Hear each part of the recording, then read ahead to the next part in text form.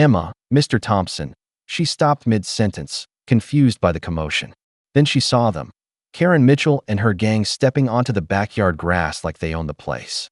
Bradley Kent, still wearing that ill-fitting suit and smug expression, walked beside her clutching a briefcase that screamed, "Prop, more than professional." The others flanked them like a low-budget security detail, clearly unaware they were marching straight into the jaws of their own undoing. Karen's heels clicked sharply against the pavement, but the louder sound, at least to me, was the righteous fury in my chest building with every passing second. Justice the rooster let out a warning cry as if sensing what was about to unfold. Freedom, ever the protector, stood her ground between little Emma and the advancing group. My grandfather, bless his calm soul, remained seated in his rocking chair, petting Liberty with one hand and holding a mug of lukewarm coffee in the other. He didn't flinch. He didn't panic. He just watched, waiting, trusting me. You see, Karen Mitchell thought this would be easy. She thought she could waltz into my grandfather's backyard, scream about made-up violations, flash fake legal documents, and bulldoze over an old man without resistance. But what she didn't know, what she couldn't possibly understand, was that this had never been just about chickens. This was about dignity, family, justice, and she was standing on the wrong side of all three. 2 months ago, I saw the signs. I saw how Karen started pressuring elderly homeowners with subtle threats, fine print violations, ambiguous warnings, increased fees. David Wilson, the HOA accountant, had come to me pale and sweating, saying the numbers didn't add up and that something didn't feel right. That's when I began Operation Chicken Justice. Every move she might make, I'd already seen it. I had predicted this showdown, rehearsed it in my mind 100 times. And now, it was playing out exactly as planned. As I pulled into the driveway, sirens quiet, lights off, I stepped out in full uniform. The effect was immediate. Karen's eyes widened. Bradley Kent froze mid-rant. One of her lackeys even took a step back. I didn't need to shout. I didn't need to threaten. I just walked straight toward my grandfather, leaned down, and asked, "You all right, Grandpa?" He smiled. "Could use another coffee, but otherwise fine." Then I turned to Karen, who was still holding her forged documents like a shield. "These yours?" I asked, taking the papers without waiting for permission. A quick glance told me everything I needed. Font inconsistencies, bogus legal references, no court seal, and, most damning, a signature from a judge who retired in 2017. "Karen Mitchell," I said slowly, clearly, loud enough for every neighbor with a window cracked open to hear. "You are being investigated for harassment, attempted fraud, and conspiracy to illegally seize property under false pretenses. Anything you say right now is being recorded and can be used against you." Her mouth opened, but no words came out. Just the faint squawk of a chick named Peace, cradled in Emma's arms like a living symbol of what we were fighting for. The backup team arrived moments later. Rodriguez stepped out first, calm and collected, with Davis already reviewing his body cam footage. Susan Morrison came out of her house with a notepad, the footage already uploaded to her cloud. The community had shown up, not just to witness justice, but to participate in it. Everyone had seen enough. Enough bullying, enough lies, enough fear. This wasn't just about Karen Mitchell anymore. It was about every HOA president who forgot that they serve the community, not rule it. It was about every elderly resident too tired to fight, every family pushed out under the weight of bureaucracy, every voice silenced by a louder one with a title. And today, that changed. Karen was escorted out. Bradley Kent was cuffed, still babbling about obscure laws that didn't exist. Her 6 minions scattered like scared pigeons. The chickens? They stayed right where they belonged, on Grandpa's lawn, under the soft June sun, safe. Later that evening, after the chaos had passed and the town of Silverstone returned to its usual quiet, Grandpa sat with Emma on the porch, Justice asleep on his lap. He looked at her and said, "You see, honey, those chickens? They're more than animals. They're reminders of a time I survived, a love I held on to, and a life I built." And in that moment, I realized the truth too. Protecting him wasn't just a duty. It was an honor. So wherever you're watching from, whether it's New York, LA, or a small town like ours, remember this. Don't ever underestimate the quiet ones with a story, the old ones with memories, or the families who refuse to back down. Because justice doesn't always wear a robe. Sometimes it wears feathers. Karen announced in that sharp, patronizing tone she'd perfected ever since she seized the role of HOA president. You are in violation of multiple homeowners association regulations, specifically those prohibiting the keeping of livestock in a residential neighborhood. These animals must be removed immediately. Her voice cut through the still morning air, echoing across the fence like a judge delivering a sentence. Susan Morrison was out front tending her rose bushes, or at least pretending to. In truth, she was steadily recording everything on her phone, her hands practiced and calm from decades managing unruly classrooms. She knew a bully when she saw one, and Karen Mitchell was just another bully in heels and a power suit. Walter stood up slowly from the garden chair where he'd been sitting with Emma, who clung tightly to his arm, cradling a small, chirping chick named Peace. His back was straight, his jaw tight, his voice firm but calm. "I've lived here for 40 years, young lady," he said evenly, though I could see the tension in his body. "Long before you even knew what an HOA was. These aren't livestock. They're family." Karen's eyes narrowed at being called young lady, a term she clearly felt was beneath her status. Her lips curled in contempt. "Times change, old man. This is a respectable neighborhood now, not a farm." She pointed toward the coop. "Hand over the chickens, or face the consequences." That's when Bradley Kent, her weaselly little sidekick, stepped forward with what looked like an official document. In reality, it was a forgery he'd probably thrown together on his home printer that morning. Under the authority vested in the Homeowners Association, he declared, puffing out his chest like a cheap soap opera lawyer, "We have the legal right to confiscate these animals immediately." Inside the house, Susan's phone kept recording from the window as she kept a steady eye on the situation, capturing every word and every lie. She'd taught hundreds of kids how to spot deception, and Karen wasn't half as clever as she thought she was. Karen barked an order to two of her cronies, tall, muscle-bound guys who looked like they spent more time at the gym than reading bylaws. "Grab the chickens," she ordered, as if she were commanding soldiers in some ridiculous war. That's when everything exploded. Emma darted forward, dropping Peace into the coop just in time and throwing her arms around the next chicken, Freedom. "Don't touch my great-grandpa's chickens," she cried, her voice fierce and shaking. One of the men shoved Walter when he tried to stop them. The elderly veteran stumbled back, catching himself on the fence, his balance shaken but not broken. Susan zoomed in, her camera capturing every second, including Karen's satisfied smirk as she watched an 82-year-old man nearly fall. Karen stalked up to Walter, her voice now a hiss. "If you don't hand them over, I'll make sure you lose this house within a week. You think your grandson being a cop means anything? I have connections you can't even imagine." From her window, Susan dialed quietly. Her voice didn't shake. "Hey, Jeff, it's Aunt Susan. I need a favor. You still at Channel 9? Good. This story's about to go viral." Karen, enjoying the chaos she'd unleashed, whipped out her phone with dramatic flair and dialed 911, speaking loud enough for the gathering neighbors to hear. "Yes, this is Karen Mitchell, president of the Silverstone Heights Homeowners Association. We have a disturbance at 42 Oak Street. An elderly man is refusing to comply with lawful HOA orders and is becoming aggressive. Please send officers immediately." Minutes later, the flashing lights of a patrol car came into view. No sirens, just enough to signal authority without alarming the whole block. Officers Rodriguez and Davis stepped out, faces calm and unreadable. Karen's expression lit up like it was Christmas morning. "Officers, you can see he's resisting," she cried, gesturing wildly toward Walter, who stood with quiet dignity next to the coop, Emma still wrapped around Freedom like a living shield.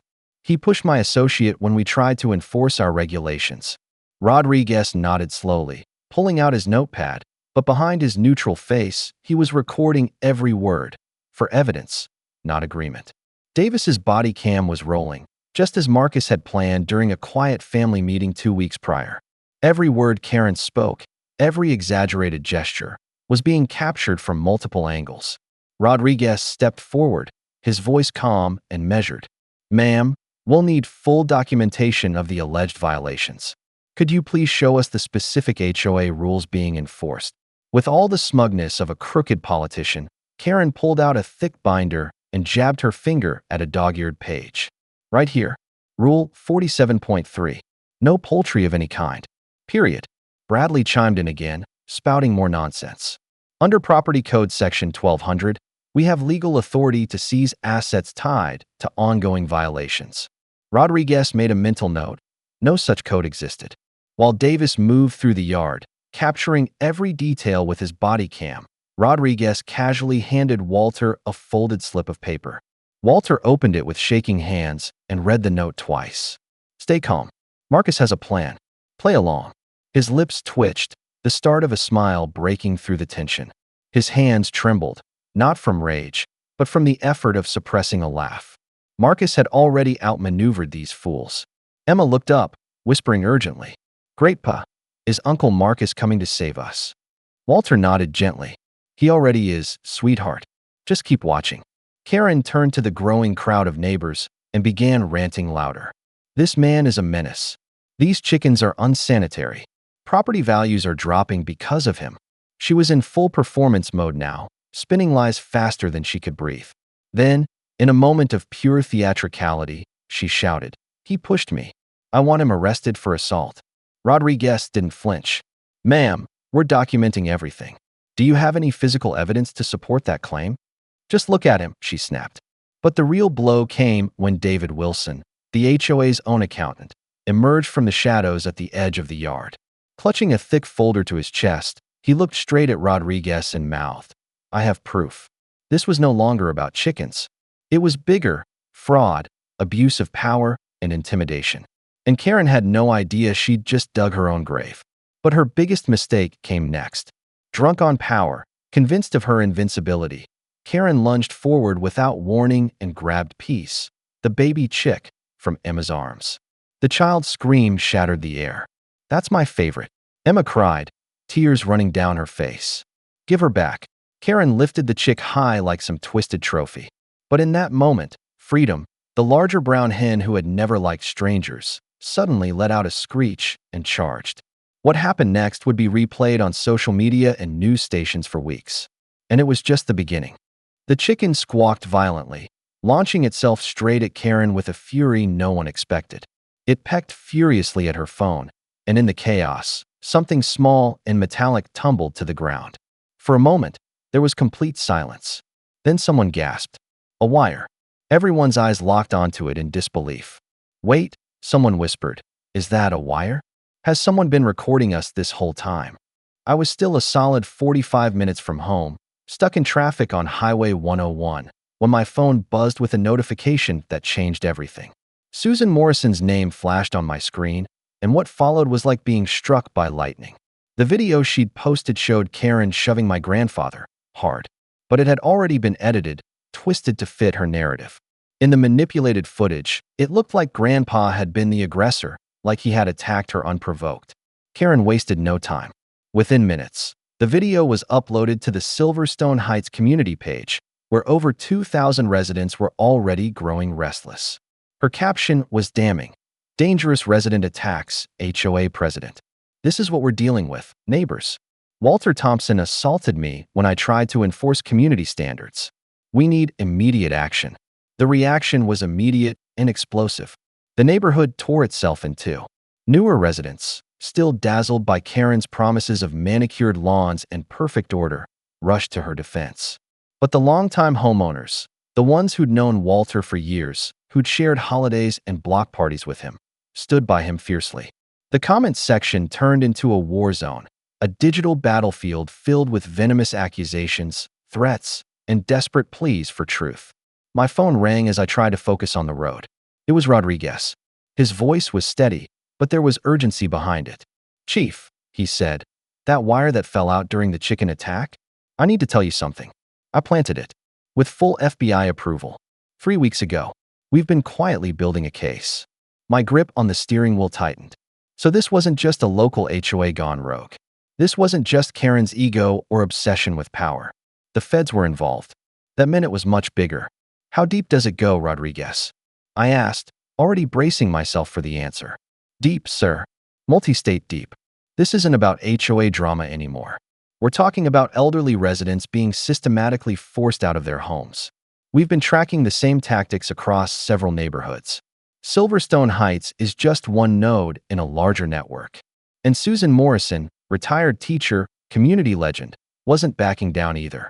When Karen realized Susan had filmed the original confrontation from her upstairs window, she stormed over, red-faced and furious.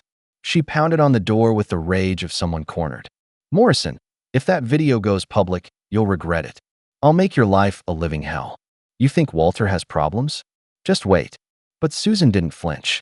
After decades of wrangling hormonal teenagers and entitled parents, Karen's threats didn't even register. She calmly opened the door, looked her in the eye, and said, "Try me, Karen. I've dealt with bullies my entire career. You're just another scared little girl throwing a tantrum." That brief exchange changed everything. Karen's carefully crafted image cracked wide open, revealing the desperation underneath. She wasn't in control, she was drowning. Then came David Wilson, a quiet man, always observant, not one for drama. But this time, he stepped into the storm with a message that detonated like a bomb. He texted Susan privately, "I found something. Karen's been moving HOA funds into her personal account. Thousands. I have the proof." David had been the association's accountant. At first, he believed Karen was just a firm leader trying to clean things up. But this was theft, fraud, targeted harassment of the vulnerable. He hadn't signed up for this. Meanwhile, Bradley Kent was out spreading misinformation like wildfire, fanning the flames of fear. At the emergency meeting Karen had called, he stood before a room of confused residents and said, "Property seizure means we can legally take Walter's house." What he didn't mention, he'd lost his law license 3 years ago for defrauding his own clients. Behind Karen's stiff smile and clipped tone, the walls were closing in. David would later confide in me what he'd overheard. Karen, during a break in that same meeting, whispering to herself, "Just need 60%. Goldstone will pay off my gambling debts. $200,000. Why are my hands shaking? This is legal. It has to be legal." She was cracking. Not just emotionally, but legally, financially, morally. Her addiction, her real estate failures, her debts, it was all catching up. And as Rodriguez continued feeding me the investigation's findings, the truth took on an even darker shape. This wasn't random. It was methodical, deliberate. Mrs. Johnson had been fined for growing pink roses instead of red, roses her husband had planted in 1994. The rule banning them? Created just last month. Mr. Martinez, who fixed bikes for low-income kids in his garage, was told he was operating an unlicensed business. Mr. Peterson, who lived with 3 therapy cats, was suddenly in violation of a retroactive 2-pet rule. All elderly, all isolated, all living on properties that had skyrocketed in value over the last decade. "I need to send this video to a federal contact," I told Rodriguez while merging into another lane. Karen's not just abusing her authority, she's part of something bigger, something dangerous. A part of me hesitated. Was I abusing my own position, using federal contacts to protect my family? But no, I wasn't doing this for revenge. I wasn't manipulating the system. I was shielding the innocent. There's a world of difference between using power to exploit and using it to defend. My grandmother would have expected nothing less. Then came the final twist. A name we hadn't expected surfaced again, Goldstone. A supposed real estate investor. A mysterious company offering Karen a lifeline if she could deliver 60% of the neighborhood. But the man in Susan's latest video, the one shaking hands with Karen outside a coffee shop, wasn't just anyone. It was Robert Goldstone himself. I stared at the zoomed-in photo Rodriguez had sent. It couldn't be. I'd personally arrested Goldstone 5 years ago for massive real estate fraud. He'd been sentenced to 10 years. So how was he walking free? Who had he paid off? And why was he back in my town? Another text from Rodriguez came through just as I stopped at a red light. "Chief, you need to see who's in Karen's car. Right now." I zoomed in on the new photo, and my blood ran cold. No, it couldn't be him. The one person I never thought I'd see again. Not here. Not now. The emergency meeting at Karen's house had attracted about 30 residents, mostly newcomers unfamiliar with the neighborhood's deeper history. Bradley was at the front, spewing nonsense about Walter being a community threat. Karen was quietly gathering signatures, desperate to legitimize her petition. What those residents didn't realize was that by signing, they weren't just turning on Walter. They were potentially surrendering their own property rights. and their futures. In the back corner, David sat silently, phone camera rolling as he pretended to take notes. He'd already copied damning financial files onto a USB drive labeled in thick black marker, Karen's real boss. The full picture was finally coming into view. Karen owed money to dangerous people. Bradley was being blackmailed by creditors. And Goldstone Corp? Just a front. The real money?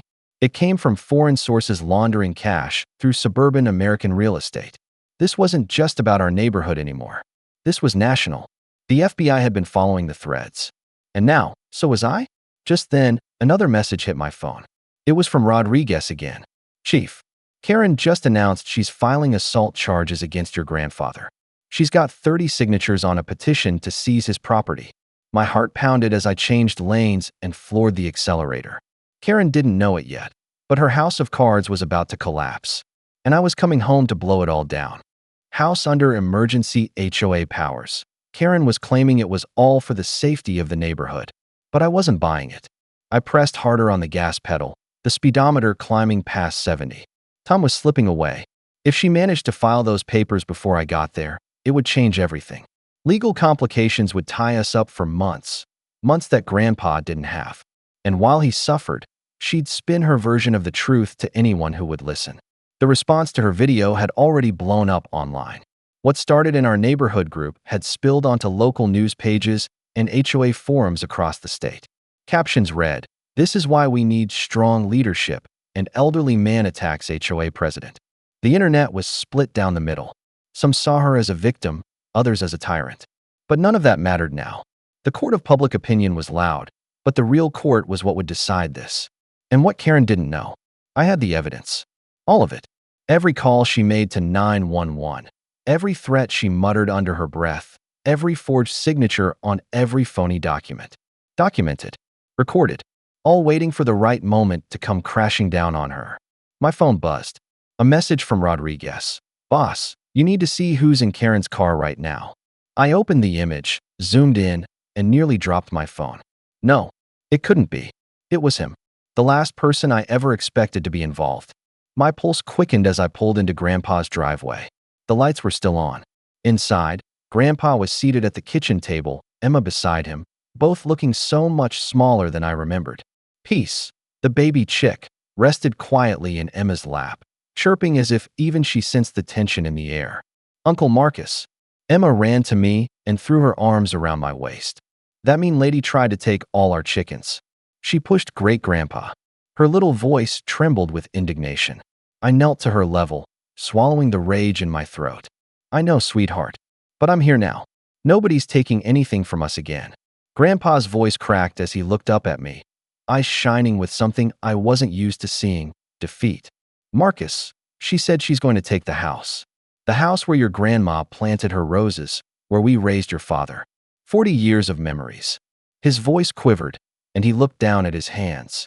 "This place, it's all I have left."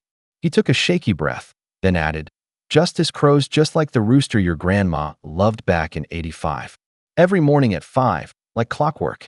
It's like she's still here. And now this woman wants to rip it all away, over some made-up rules." Emma looked up with those big brown eyes full of innocence. "Uncle Marcus, you're the boss of the police, right? Can't you just arrest the mean lady? If only it were that easy." "It's complicated, Em," I told her softly. "But yes, I'm going to stop her. I promise." Walter reached over the table, placing his hand over mine. "I know you will, son. You're just like your father." He never backed down from what was right. And then Emma, with the kind of childlike faith that made your chest ache, chimed in. "I told Great-Grandpa you'd save us. I told freedom and justice and all the chickens that Uncle Marcus would fix everything." I pulled out my phone and hit the video call I'd been preparing for 2 weeks. Faces filled the screen, every officer under my command. 15 strong. "Ladies and gentlemen," I began, my voice steady. "Karen Mitchell has been harassing residents, especially the elderly. She assaulted my grandfather. But she doesn't know that every call she's made, every threat, every lie, has been recorded. Rodriguez, tell them about the wire." Rodriguez cleared his throat. 3 weeks ago, with FBI clearance, we planted a listening device. We've been building a federal case. This isn't just about HOA abuse. This is criminal." The room fell into stunned silence. This is bigger than all of us, I said. Karen thinks I went away by coincidence. Let her think that. Tonight, she's going to walk into a trap. Over the next hour, I reached out to everyone she'd hurt. Mrs. Johnson answered first. Her voice was shaking. Marcus, thank God. That woman fined me $5,000 because my roses were pink, not red. Harold planted them for our anniversary. He passed last year. Mrs. Johnson, I said gently, you're not paying a penny. Those roses stay. Next was Mr. Martinez. I've been fixing bikes for neighborhood kids for 40 years, he said. Never took a dime from the poor ones. Now she's saying I'm running an illegal business. Then Mr. Peterson. After Linda died, the cats helped me cope. Now she says I can only keep 2. How do I choose which ones to give up? Finally, David Wilson. His voice dropped low. I've been tracking her finances. She's been siphoning HOA funds, thousands, into offshore gambling accounts. She's in deep, Marcus. Owes at least 200 grand. That's why she needs the Goldstone deal. I found emails between her and Bradley Kent. Tonight's their play. They're invoking emergency seizure powers and fast-track eviction. They're betting the residents won't be able to fight back fast enough. For a moment, doubt crept in. Was I using my badge for personal revenge? Was I no better than her? But then I saw Emma still holding peace, and Grandpa, silent and still, eyes focused on the past. No, this wasn't revenge. This was justice. Mr. Thompson, I said, my tone formal. When Karen returns, and she will, I need you to make a call. Report a break-in. Trespassing. Whatever feels right. Walter straightened, his spine stiff with defiance. I didn't survive Vietnam to be pushed out by some bureaucratic bully. I can handle one more battle. Emma chimed in, proudly. I'll help too. I'll protect peace and make sure freedom doesn't peck anyone important. 3 generations of Thompsons, ready for war. Then my phone buzzed. Chief, Karen just left her house. She's got 8 people with her. 2 say they're process servers. They're on their way. I checked my watch. 10 p.m. Right on schedule. The doorbell rang. Then the pounding started. Walter Thompson, open up. This is official HOA business. I ducked out of view, my heart hammering in my chest. Walter moved slowly toward the door. Emma stayed behind with the chickens. Karen stood on the porch like a queen with her court. Mr. Thompson, she said loudly. I have an emergency eviction notice signed by the HOA board. You have 1 hour to vacate, or we'll remove you by force. Walter's hand trembled. But this is my home. Karen's smile was pure venom. Not anymore. Should have gotten rid of those diseased chickens. She turned to the gathering neighbors. Let this be a lesson. HOA rules will be followed. Walter answered on cue. I need to call my grandson. He'll know what to do. Karen laughed. Call him. Even if he is some cop, he's 45 minutes away in San Francisco. By the time he gets here, this place will be empty. She didn't know I was standing just 10 feet away. Walter called 911. Someone's trying to break into my home. I'm being threatened. Please send help. Karen beamed. Perfect. Let's get this over with. 3 minutes later, 5 patrol cars pulled up. Karen turned, triumphant. Officers, this man is trespassing on HOA-controlled land. Remove him. That's when I stepped into the light. Good evening, Miss Mitchell, I said, voice calm and cold. I'm Police Chief Marcus Thompson. I understand you're trying to evict my grandfather from his home of 40 years. Her face drained of color. You're the police chief? But you were in San Francisco. I smiled. Not tonight. Was I? Or had I simply led you to believe that you were the one in control? You've been so laser-focused on calling the police, dialing, reporting, escalating. You never stopped to ask yourself one simple question. Who runs the police? That's when Rodriguez and Davis stepped forward, flanking me like sentinels. Every officer you've called, every false report you've made, every threat you've uttered, we've documented it all. Every single one. Karen's mouth opened in shock, but no sound came out. She looked like a fish gasping for air, realizing the ocean had just dried up. Behind her, her 8 loyal accomplices began to slowly inch away, panic flickering in their eyes. Bradley Kent bolted for the exit, but found Officer Patterson already standing there, arms crossed and unmoving. Mr. Kent, Patterson said coolly, I believe we'll need to verify your credentials as a lawyer. Karen's shock twisted into rage. Her face contorted, voice rising in a shrill pitch. You set me up? This is entrapment. I'll sue you for everything. But the confidence she tried to project was already unraveling. The mask was slipping. I could see it in her eyes, fear. The cold, creeping kind that sets in when you finally realize just how badly you've miscalculated. And then, she smiled. That same eerie, smug smile she wore when she stole the HOA election. "You think you've won, Marcus?" she whispered, leaning close enough for only me to hear. "Check your grandpa's mailbox. Right now." My heart skipped. My blood ran cold. That smile wasn't bluffing. "What did you do?" I muttered, already turning toward the mailbox. Karen's grin widened like a predator, savoring the moment before the kill. "That's right. While you were playing cop, I was playing for keeps. Go on. Open it. See what happens when you cross me." The night air suddenly felt colder. The victory I thought I had clinched in my hands now wavered in the shadows. I approached the mailbox with shaking hands, dreading what might lie inside. I opened it slowly, too slowly. Inside were photographs. Recent, detailed, frightening. Photos of Walter's house. Red X's marked the windows, the front door, the gas line. Accompanying them was a single note: "Sign over the house or lose everything." Until midnight. This wasn't just about power anymore. This was a threat. This was personal. The photos were taken within the past few hours, while I had been planning my grandstand. Karen had been turning our family home into a target. I slipped the evidence into my coat pocket, already calculating my next move. Threatening a police officer's family is a federal crime. But she didn't care. That smile never left her face. She knew something I didn't. And that terrified me more than any threat she could voice aloud. The next morning, clouds hung low in the sky. Gray. Still. Like the breath before a storm. Over 200 residents filled the community center. Whispers and tension filled the air. Some clutched their phones, showing Karen's edited video, preparing to call for blood. Others, longtime residents, sat still and grim, arms crossed. They recognized what this was: a hostile takeover. Karen stood confidently at the podium, her usual coiled venom now disguised as charm. Bradley Kent was nowhere to be seen, currently sitting in a holding cell. But Karen didn't miss a beat. "Good morning, neighbors," she said, sickly sweet. "Yesterday's incident was disturbing. An elderly man attacking your HOA president, something we never anticipated. But rest assured, we're handling it." Behind her, the manipulated footage played, Walter lunging, Karen recoiling. Gasps rippled through the crowd. "This is why we need strong leadership," Karen continued.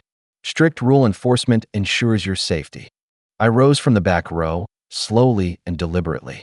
"I have a few questions about your presentation, Miss Mitchell." The room turned, collective breath held. A police chief challenging an HOA president?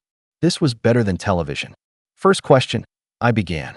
"Why were 15 elderly residents fined excessive amounts over 2 months? All for violations that didn't exist until you created them?" Karen's smile faltered. "Residents were notified of rule changes. It's not my fault if they didn't comply." I projected documents onto the wall. Second question, where did the $75,000 in fines go? Because according to bank statements, that money never made it into community funds. The murmurs grew louder. Karen flushed. "It was allocated for signs, landscaping, administrative." "Wrong," I cut in. "No signs were ordered. No landscaping contracted. No improvements made. So again, where's the money?" Before she could answer, Susan Morrison stood up, laptop in hand. "Everyone needs to see this." She connected it to the projector. A new video played. Karen, shaking hands with representatives from Goldstone Corp. The audio was faint, but the words were clear enough. 60% of properties, and we'll make your problems disappear." The room exploded in noise. Karen raised her hands, desperate to regain control. Out of context, I was discussing potential improvements. Goldstone is legitimate, but the damage was done. Mrs. Johnson stood slowly. "My husband planted those pink roses 30 years ago. For our anniversary. He passed last year. Now Karen wants $5,000 because they're not red? This is cruelty." Sympathy shifted instantly. These weren't random rules. These were attacks on their neighbors. Mr. Martinez rose. "I've fixed bikes for neighborhood kids since 1980. Never charged a dime. Now she's threatening to sue me." Mr. Peterson's voice was low, but full of hurt. "My therapist said cats would help after my wife died. Now I'm being forced to choose which to give away." A young mother wiped tears. "Mr. Martinez taught me to ride my bike. Now he's teaching my daughter. Will we really let her destroy everything that makes this neighborhood home? A little girl's voice rose above the silence. The chickens don't hurt anyone. Peace is just a baby. Then, an elderly man spoke, standing tall. We've been silent too long. Thought compliance meant safety. But bullies don't stop. They demand more. And then David Wilson, our HOA accountant, stepped forward. A USB drive in his shaking hand. I can't stay silent. Karen's been stealing, transferring funds into her personal accounts. I have proof. He plugged it in. Spreadsheets, bank logs, $75,000 in fines, $45,000 into Karen's personal account. Then, straight to gambling websites. The room erupted again. Karen sneered. David's a disgruntled employee. He's being terminated. Don't believe him. But David pulled out a second USB. This one contains emails. 3 months' worth. Between Karen and Goldstone. What they showed stunned us all. Karen was helping Goldstone force elderly residents out. She got a cut. They called them problem residents. Walter Thompson was at the top of a target list. Phase 1, near completion. And the emails were signed by Robert Goldstone himself. My eyes widened. I arrested Goldstone 5 years ago. How is he even out? A man in an FBI jacket stepped forward. Agent Miller, he said. We've been monitoring him since early release. Thank you for gathering the final pieces. This just became a federal case. Karen turned pale. I want a lawyer. You'll need one, Miller replied. Goldstone isn't just flipping houses. He's laundering money through HOAs. 3 states, 15 neighborhoods, hundreds of victims. And you're in the middle of it. More agents entered. The meeting turned into chaos. Some tried to flee. Others shouted for answers. Karen sank into her seat, plans crumbling. But still, she smiled at me. That same creepy, confident grin. You have no idea what you've started, she mouthed. Her phone buzzed on the table. One name flashing on the screen. Volov. Russian. My stomach turned. This wasn't just domestic corruption. This was international. Foreign interest, buying American neighborhoods through intimidation and fraud. David pulled out one final USB. This is everything. Wire transfers. Shell companies. Names. On the screen, a web of money movement stretched across 12 states. At the center, Dmitry Volov. Known ties to organized crime. Our quiet neighborhood. Just one battleground in a much bigger war. Karen Mitchell wasn't just a corrupt president. She was a pawn in an international conspiracy. Agent Miller turned to the crowd. This goes deeper than any of you realize. Hundreds of millions laundered through American real estate. Foreign actors pulling strings. And it all starts with corrupt HOAs like this one. The room fell silent. What began as a fight over chickens had just uncovered a war for the soul of our communities. And the real battle was only beginning. She stared at the phone, all the confidence she once wore like armor draining from her face, replaced now by raw, unfiltered terror. Don't answer that, Miller warned, his voice sharp and urgent. But Karen's hands didn't listen. They moved like they had a mind of their own. She had to answer. We all stood frozen, watching her slowly lift the phone to her ear.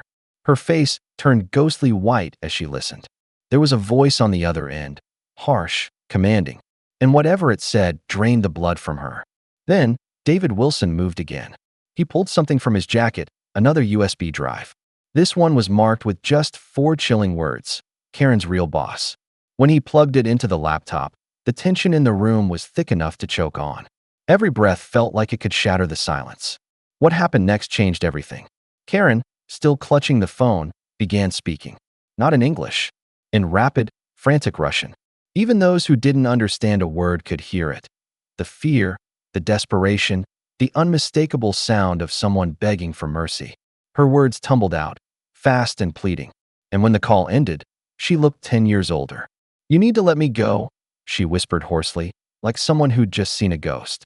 If I'm not back at the office in 30 minutes, things get bad. For everyone. Miller stared her down, unmoved. You're going into protective custody, he said. Volkov's reach doesn't extend there. But Karen wasn't done. She had one last weapon left, one final card to play. You think Marcus Thompson is your hero? She sneered, unlocking her phone. Look at this. She mirrored her screen onto the projector. One by one, damning images appeared. Me, accepting envelopes, meeting people in dark parking lots, leaning into car windows like I had something to hide. The crowd gasped. Even my own officers looked unsure. It was her nuclear option. Her last attempt to flip the room. You hired someone to follow me for 2 months, I said, calm but cold. And this is the best you found. I walked to the projector and tapped on the first video. Let's add some context. The screen shifted. The full video played, complete with audio. A man approached me. Yes, but listen carefully. Chief Thompson, I can't thank you enough. Emily talks about you every day. She drew this. The envelope hadn't contained money. It held a crayon drawing, a stick figure cop with a red cape. The words "My hero" scrawled in messy handwriting. I held it up for the room to see. A year ago, Tom Morrison's daughter Emily fell through the ice at Miller's Pond. I pulled her out. Saved her life. That drawing? It was her way of saying thank you. The silence that followed was deafening. Karen's so-called evidence began to crumble. One by one, I played the other videos. More thank you cards. Invitations from kids at the police athletic league. Not bribes, gratitude. Karen's plan backfired in spectacular fashion. This is harassment. Entrapment, she screamed. I want my lawyer. She turned to the crowd, tried appealing to whatever sympathy was left. They're doing this because I tried to fix this neighborhood. Because I stood up to corruption. But no one was buying it. The room was already turning. Detective Morrison entered, and for a split second, Karen's face lit up. Relief, hope. Detective, arrest these people, she demanded. But Morrison didn't stop at me. He walked right up to her. I'm arresting you, Karen Mitchell, he said, clear and steady. He read the charges like a drumbeat. Embezzlement, fraud, forgery, money laundering, conspiracy, racketeering. Each one heavier than the last. Karen's face contorted with panic. You don't understand, she shrieked. I had no choice. Volkov, he would have killed me. They're coming for all of you. She spun wildly, searching for an exit, for some salvation. This doesn't end with me. This is just the beginning. In a final burst of desperation, she bolted, tried to shove past residents and make a run for it. But she didn't see what was in front of her. Freedom, the neighborhood's beloved, slightly aggressive hen, had wandered into the center of the room. Karen tripped over the chicken, sprawling face first across the floor. The room erupted into startled laughter as Freedom flapped her wings indignantly and stood over her like a feathery sentinel. The same woman who terrorized elderly residents over chicken coop violations had just been taken down by a chicken. Emma scooped Freedom up. Good girl, she said. You stopped the bad lady. Walter put a hand on her shoulder, smiling. Just like your great-grandma's hens. They always knew a troublemaker when they saw one. The tension cracked, if only for a moment. But business wasn't finished. Miller was already on the phone, coordinating teams. We're executing warrants on every Goldstone property across 5 states. This is our break. But Karen, bruised, restrained, yet still defiant, began to laugh. Not the laugh of someone broken. Something darker. You idiots, she hissed. You have no idea what you've started. Volkov has people everywhere. Banks, schools, police departments. You think this is over? She stared at each of us, eyes burning. This is just beginning. Her words chilled the room. Because even as she was led away, she still believed she had the upper hand. Maybe she did. That's when I noticed David Wilson. He was backing toward the exit, pale, sweating, eyes darting. Our eyes locked. That wasn't relief on his face. It was guilt. Fear. He wasn't just a whistleblower. He'd been part of it. Stop him, I shouted. But it was too late. He was gone, bolted through the emergency exit. 2 agents chased after him, but he had a head start. What did he know? What else had he been hiding? The room erupted. Questions, panic, accusations. Some residents demanded police protection. Others whispered about selling and leaving town. Fear spread like wildfire. And that's exactly what Karen wanted. Even in chains, she was sowing chaos. Emma tugged my sleeve. Uncle Marcus, is the bad man really coming? I knelt beside her. No, sweetheart. We're safe. The FBI is here. They'll protect us. But even as I said it, I wasn't sure I believed it. Volkov's operation had its claws in HOAs across the country. They had power, resources, reach beyond anything we imagined. Miller gathered the key witnesses, started processing evidence. We need statements. Everything. This is bigger than we thought. And then, the emails from David's USB drive. They revealed a sprawling network, elderly communities across the country targeted, manipulated, forced to sell. Their properties flipped to clean, dirty money. And we'd exposed it. Us, a small suburban neighborhood, had pulled a thread and uncovered something massive. Now they knew we existed, knew who we were. Karen's final warning echoed in my head, 48 hours. We had 48 hours before they came. Before whatever Karen had tried to delay would come crashing down on all of us. We'd won today's battle, but the war had only just begun. As the crowd slowly filed out, glancing over their shoulders, unsure of what came next, I helped Walter and Emma to the car. But I couldn't shake the feeling that we hadn't just stopped corruption, we'd awakened something dangerous. And it was already coming. Federal agents were already in position. The confrontation that followed was swift, but unforgettable. Volkov's enforcers, armed, confident, and expecting an easy win, walked straight into a trap. Instead of frightened homeowners, they found themselves surrounded by a fully armed FBI SWAT team. Our quiet, tree-lined neighborhood, once the backdrop for barbecues and school runs, transformed into the center of a federal operation overnight. Red and blue lights flashed through the dark like fireflies of justice. But the most important part? We were safe.